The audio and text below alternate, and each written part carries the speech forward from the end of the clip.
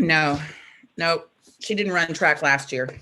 Oh, well, no one ran track last year. Yeah, well, All right. true. All right. We're live. I'm about to hit record. We're recording. All right. I think Terry's trying to get a hold of Jim. We know Ken probably won't be on, but it's 7:04, so we can go ahead and get started. So we'll just call it to order at 7:04, and while Terry's on the phone, I'll go ahead and do roll call. I'm here. McCreary? Here, present. And Hokerattle? Not yet. Mauger, we know won't be here. And Williamson? Yes. All right. Of course, also in attendance, Terry's on the line. Do we have enough? Went into voicemail. Went into voicemail. So we have 3 of 5, so that's our quorum. So we can go ahead and do the minutes, but when we get to the short-term rental discussion, we'll talk about that. I would prefer that most everybody be here for that discussion.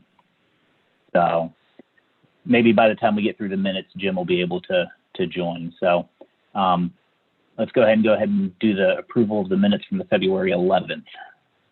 Okay. The only thing is that you have Mrs. Kenny's first name wrong. It's not Beth. It's Bev. B-E-V as in victory. And I don't know that needs to be, in the minutes that we're correcting that. It's just, I think we can correct it. If that's the only error, we could probably go ahead and approve them, noting that Scrivener's error in the name change will take place for the official ones that I'll sign. Okay. I would move that we approve them with that change. All right. Is there a second? Unfortunately, I wasn't there. Remember, I had conferences. Well, Correct. In that case, I would second them, but we won't have enough to pass them with an abstention. So we will leave the minutes on for the next meeting, and we'll be able to make that correction before then. And so it'll be really easy to approve them. It'll be really easy to approve them. We've got no visitors at this time then. So the first item was old business, short-term rentals, our continued discussion. I sent out the draft ordinance. Sorry, I'd hoped to get it done a little bit earlier, but it just happened. Hopefully I got it to you with enough time to at least look over it. I know tonight we were going to discuss the draft ordinance, because we had just talked about what we wanted to see and put it down on paper to start to parse. Is this going to work? Is this how we really want it and stuff like that? But I would really like Jim and Ken to be able to be involved in that.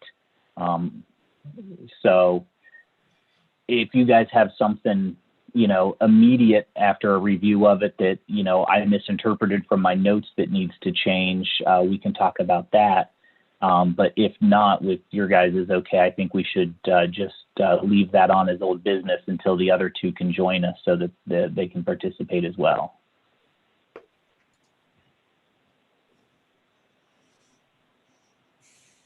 So everything looked like what we discussed. It seemed to have everything that, okay. I read it over very carefully. Okay.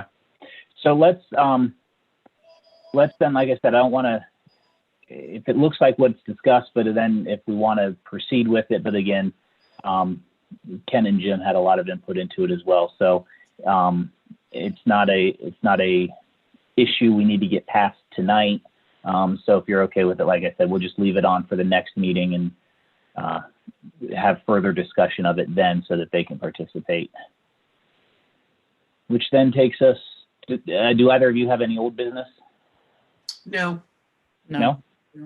Which then takes us to new business. And the first item is verbiage change to definitions, see attached. And what I'm going to tell the two of you that I've been starting to do for the people that may watch it, because occasionally some people do actually go on, I've been noticing, and watch these.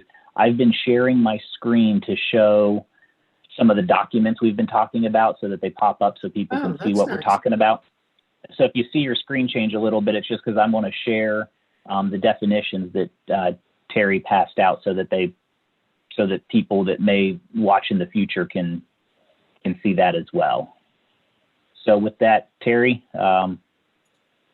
this is your item, so take it away. So as I daily read zoning codes and rules, trust me, sometimes I run across things that I hadn't noticed before.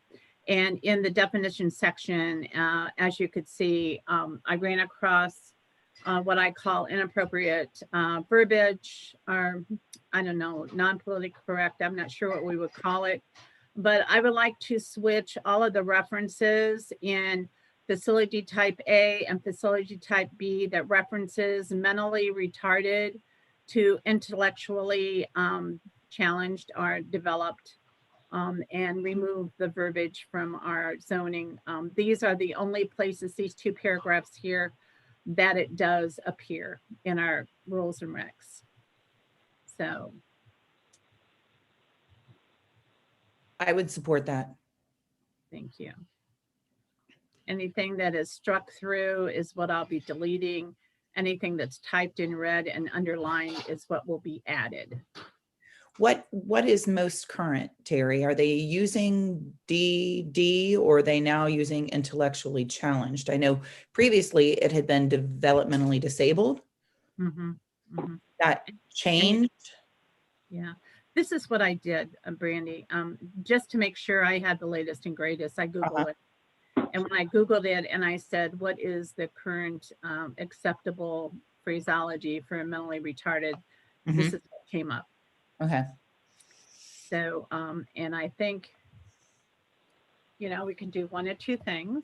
We can change it to read the way it reads here, or we just say developmentally disabled person and leave it at that. That's your choice. Well, I mean, in like type A, you have right there where it says intellectually or developmentally disabled. Right. So we kind of hit both of it there. Okay. Yeah. Shouldn't they all say intellectually instead? There are two that just say intellectual.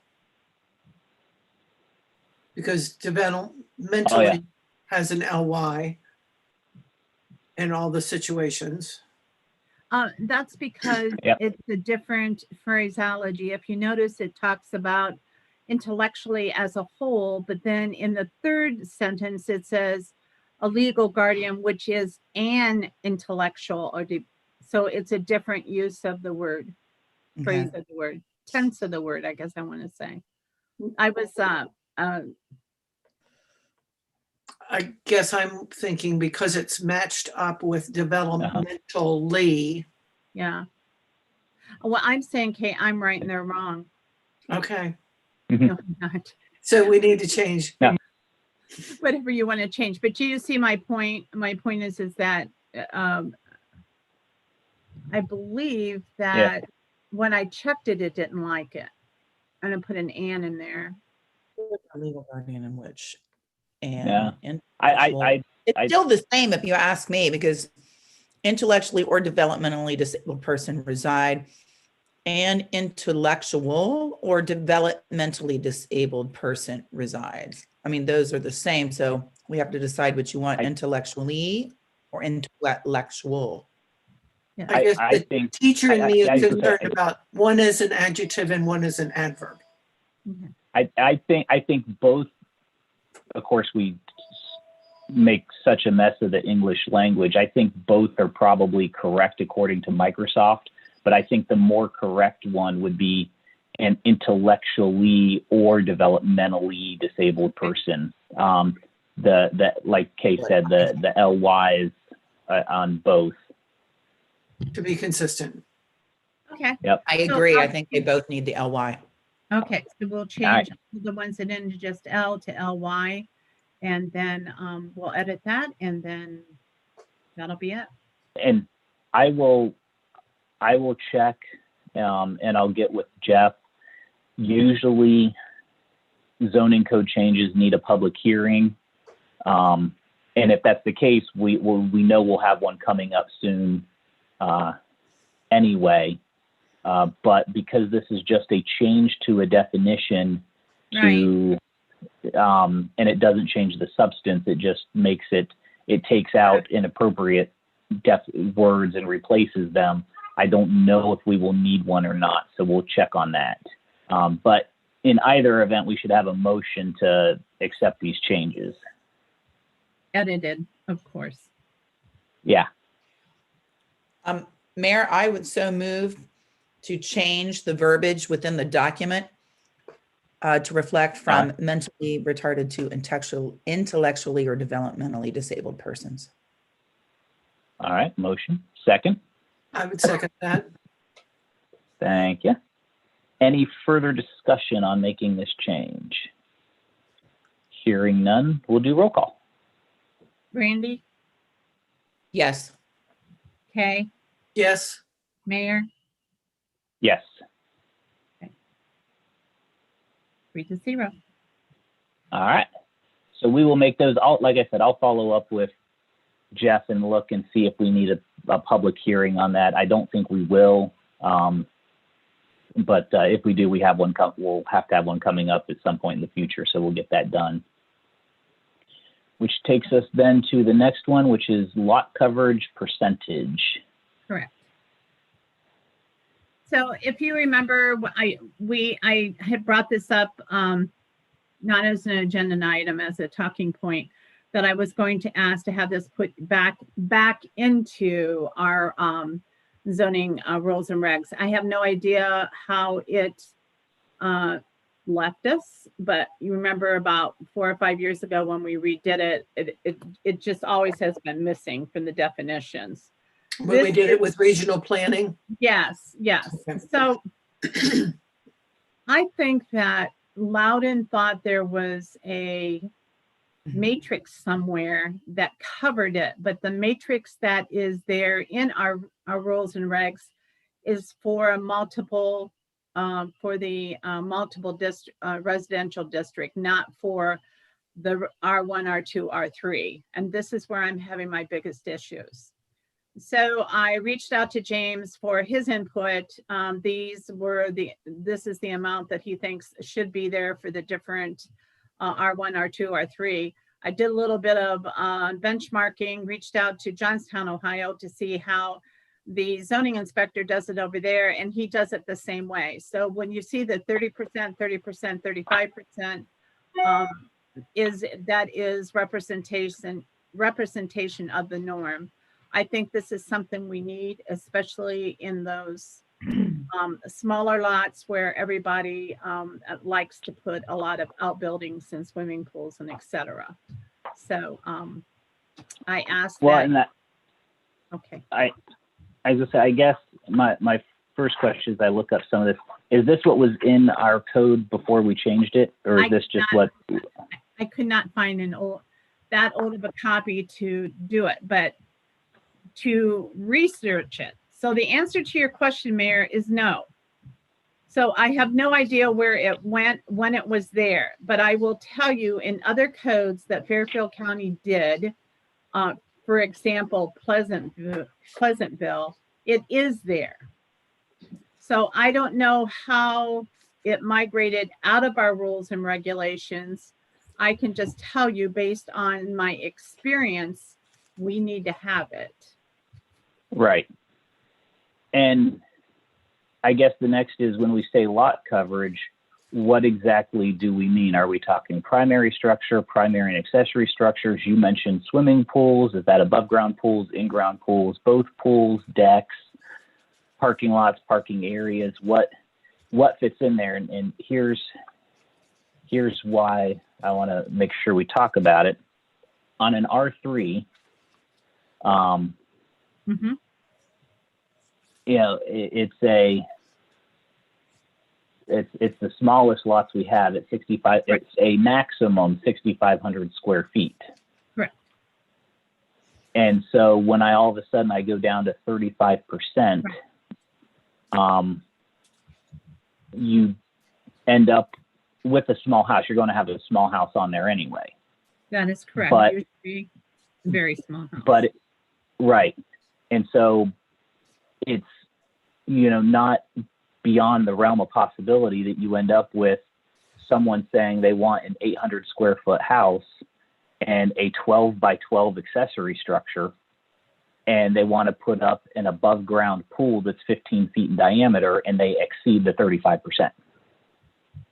And that is correct. And that's why I'm asking we have something in place. This does Well, include.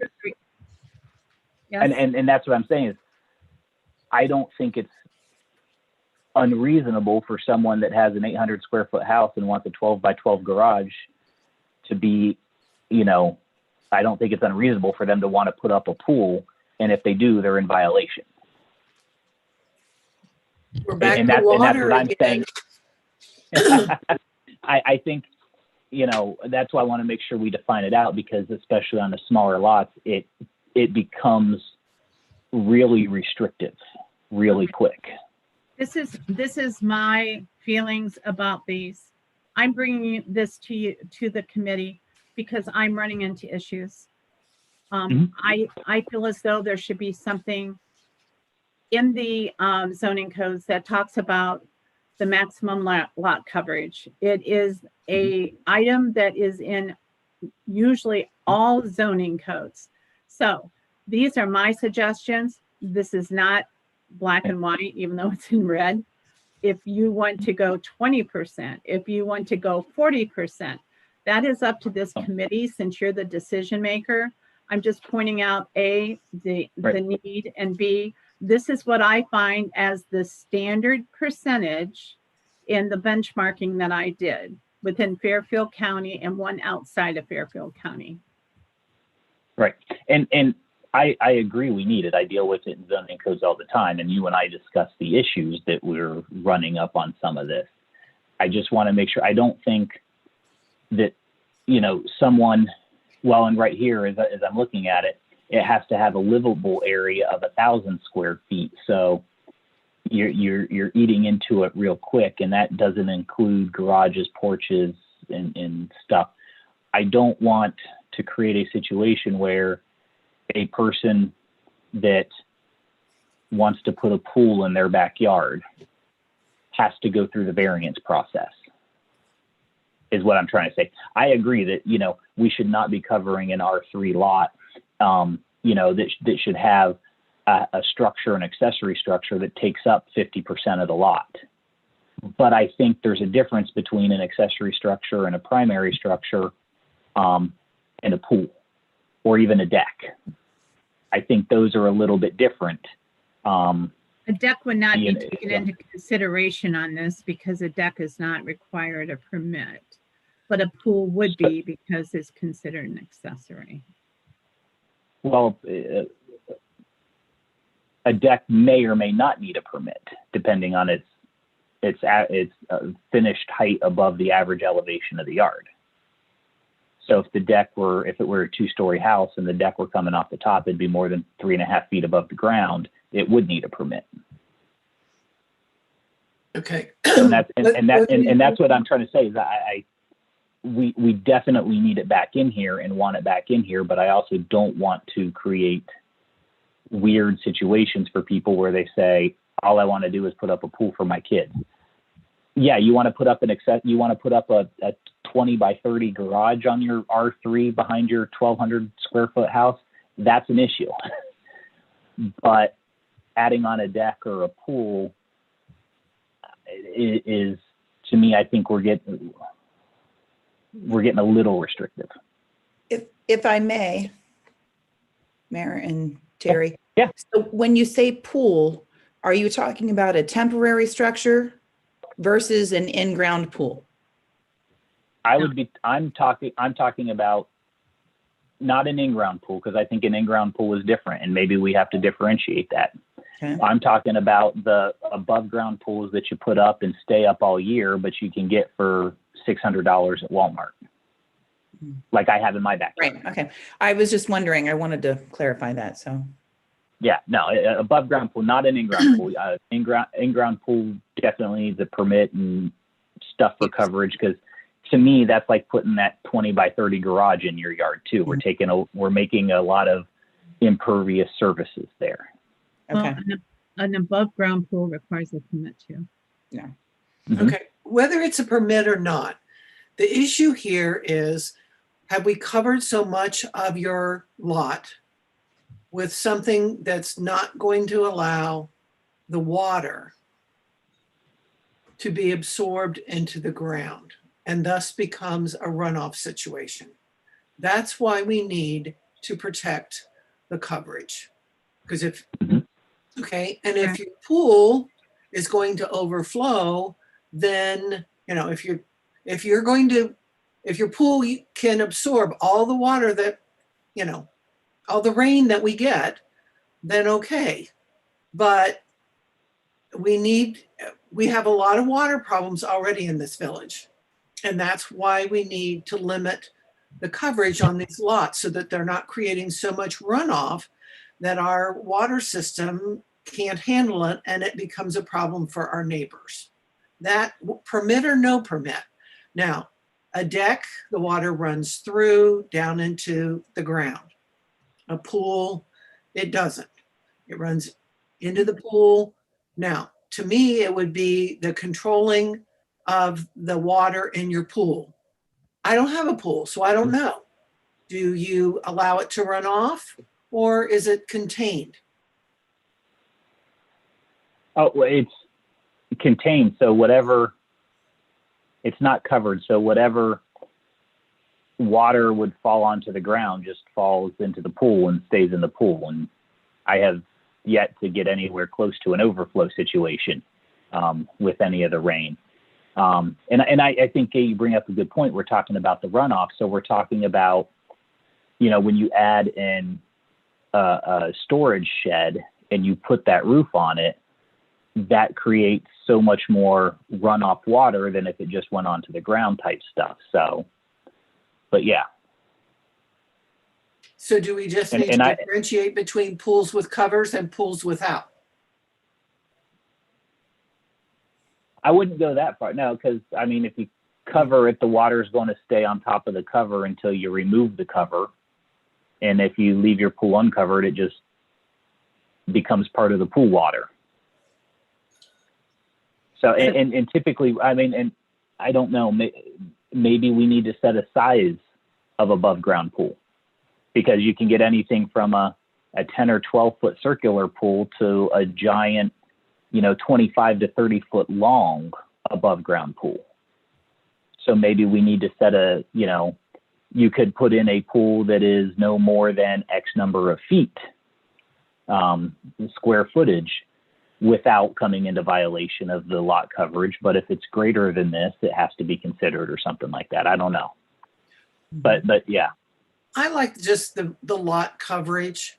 If you want a pool and you live on a small lot, then maybe you need to consider a different residence, because your pool is covering all that ground that could be absorbing water, and it's not. You've cut off that opportunity for the soil to be able to absorb it because the ground is covered. Well, and I guess my argument against that is, but it's also not running off because it's contained in the pool. No, she means the runoff on the roofs and stuff.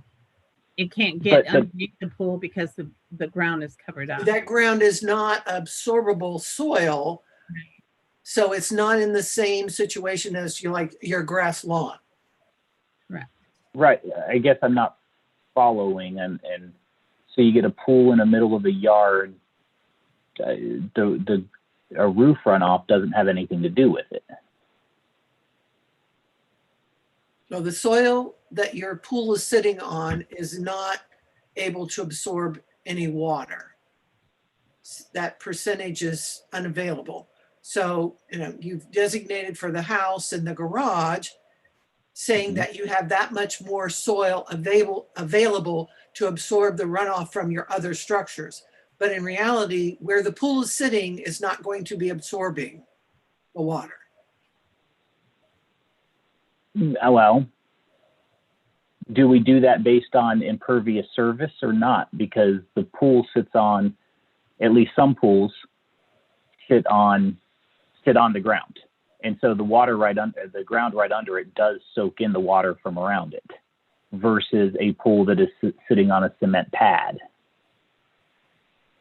And that's where you get your impervious surface versus your pervious surface. Yes, where the pool is sitting itself, the water from above it doesn't go into the ground, but the ground right under it still soaks it up because it's not sitting on a cement pad like a house or a garage.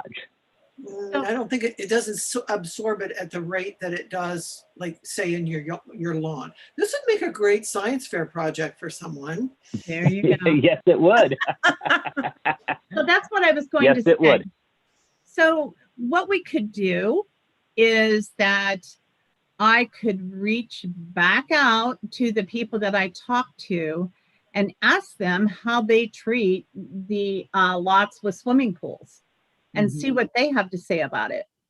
You know, maybe they have a part in their zoning that talks about if a swimming pool is of a certain size or whatever. I guess I just looked at it as it was a part of the coverage. Covers up the ground.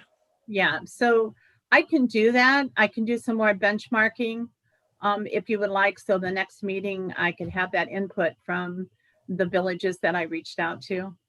Okay, and then we can also pick Ken and Mr. Hookrattle's brains. Mr. Hookrattle's Yeah. brains. I can. So Good plan. I just am always, I guess I'm an advocate for water. And I noticed this spring that we have a real change in our water pattern where Mr. Woods deposited water along 256 when he dug his retention pond. And there was a great deal of flooding caused by that soil deposit. And Terry, did we receive the right documentation for his retention pond I did. from a certified engineer? Oh yeah, who was that? There was somebody. I received the EPA information. I received an email from the lady at Soil and Water that we had been talking to, which told him he was good. And then I received a drawing, and I forget what engineering company that was from, Kay. Okay. I'll have to look it up. But yes, not to mix subjects, but Sorry, we were on water. I will move to next meeting agenda with the goal of asking the other villages that I did talk to if they are including their swimming pools or what they do include, what their definition is. And there we are back to definitions. Aren't they wonderful? The definition of coverage. Yep. Thank you for your research efforts, Yeah. Terry. And- Can you tell that's the favorite thing I like doing? And possibly looking at if you increased that percentage, how much would, if you put a 10 by 10 or whatever diameter pool on there, how much more would that require to put into that percentage just to see what that would do to that number? Okay. So, All right. It depends on your lot size to begin with. right. Yeah. We have a lot of non-conforming lots, especially in the northwest part of our village. And that's where I have most of my issues. Brandy, is that your Okay, so- neighborhood? Are you the one putting in the pool? Not Brandy, trust me. Not Brandy. Not me. All right.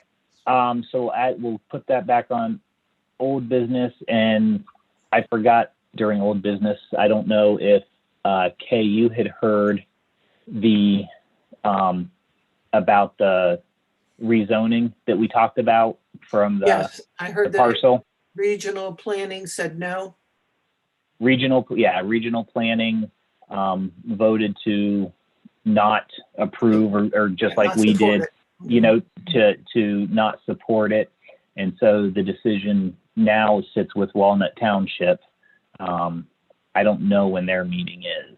I don't know what they when will their do. meeting is either, but I think the most important part of that is, Kay, if Washington Township wants to move forward with it, they can, because it is in their jurisdiction.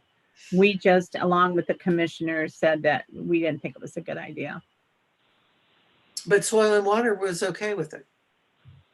Interesting, yes. Mhm. Yep. Yep. So, all right. Any other new business then? Now, my new business was the retention pond. All right. And we got that. I can send those out to you because Mr. Woods did approach me and he wants to subdivide those lots Okay. to build three new homes on. So all of that information will be included in his packet once he submits it. Okay. I just find it unusual that a certified engineer would okay his displacement of the soil when he dug his retention pond. It's So- unusual world, yes. And So- maybe he didn't include that in what he was doing. Maybe they were just looking at the actual retention pond and didn't have any information as to where the dirt went. Yeah, the sorry thing about all of this is that, it's going to take somebody to step up, to hire someone to do this. Well, and Mr. Woods is concerned about his legacy, and to me, that would be a wonderful legacy. So, All right. So our next meeting then is April 8th at 7. Hopefully Ken will be in town and we'll touch base with Jim Let's see what. and make sure he's there. So if there's nothing else, is there a motion to adjourn? Mayor, I will so move to adjourn this meeting. Is there a second? I'll second that motion. Okay, thank you. All right. All in favor, say aye. Hi. Aye. All opposed? All right. We will adjourn at 7:36. Well, All right, everyone. Thank you. Have a good evening. Mayor, you need to stick around so I can update you about my day today. Oh, no, Okay. this doesn't Oh, sound like wait, it's good. maybe we all need to stick around.